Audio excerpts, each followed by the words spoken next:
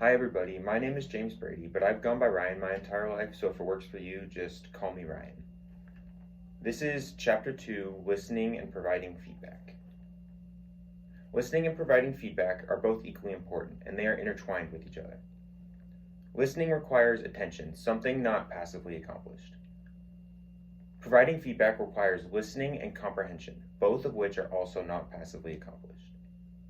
In addition to listening and providing feedback going hand in hand, effective speaking and listening lean on each other as well. To prepare for situations that require skilled and exact listening, there are a few necessary steps that should be taken. To start, remove all distractions, all things not needed to take notes, and avoid verbal or nonverbal behavior that would have any distraction to your ability to listen. For example, don't talk to the person that is seated nearby, texting, or even planning a next response.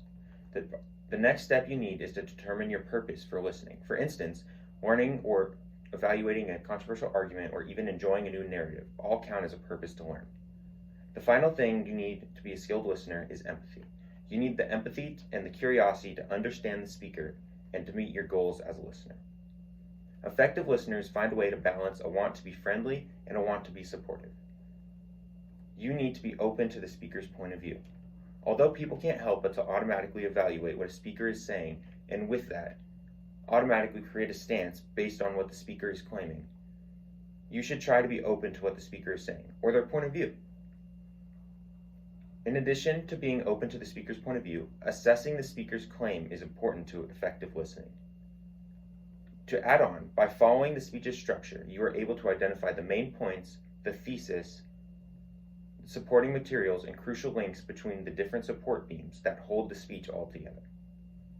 The final thing that effective listeners do is ask questions at the proper time. Questions should deepen your understanding of what the speaker is trying to say. Effective listeners should enable you to reach your full understanding of what the speaker is saying. For example, try to check your understanding by paraphrasing. Just write down in your notes what the speaker is saying in your own words. Constructive feedback and listening go hand in hand. You cannot give constructive feedback without being an effective listener. When giving feedback, start with the positive. Acknowledge what the speaker did well first. You should also try and make the more important comments, and those comments, like all, should be exact and descriptive. You should avoid not giving a list of demands, but a list of recommendations.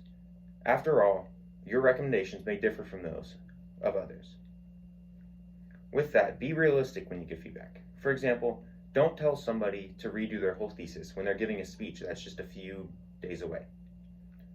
The final step that should be taken is the 90-10 principle. The 90-10 principle says that people's weaknesses are not the exact opposite of their strengths, but rather the first 90% of a quality is positive, while the final 10% is negative. Both listening and providing constructive feedback go hand in hand. They both require attention and lean on each other. You can't provide constructive feedback without the skill of being an effective listener.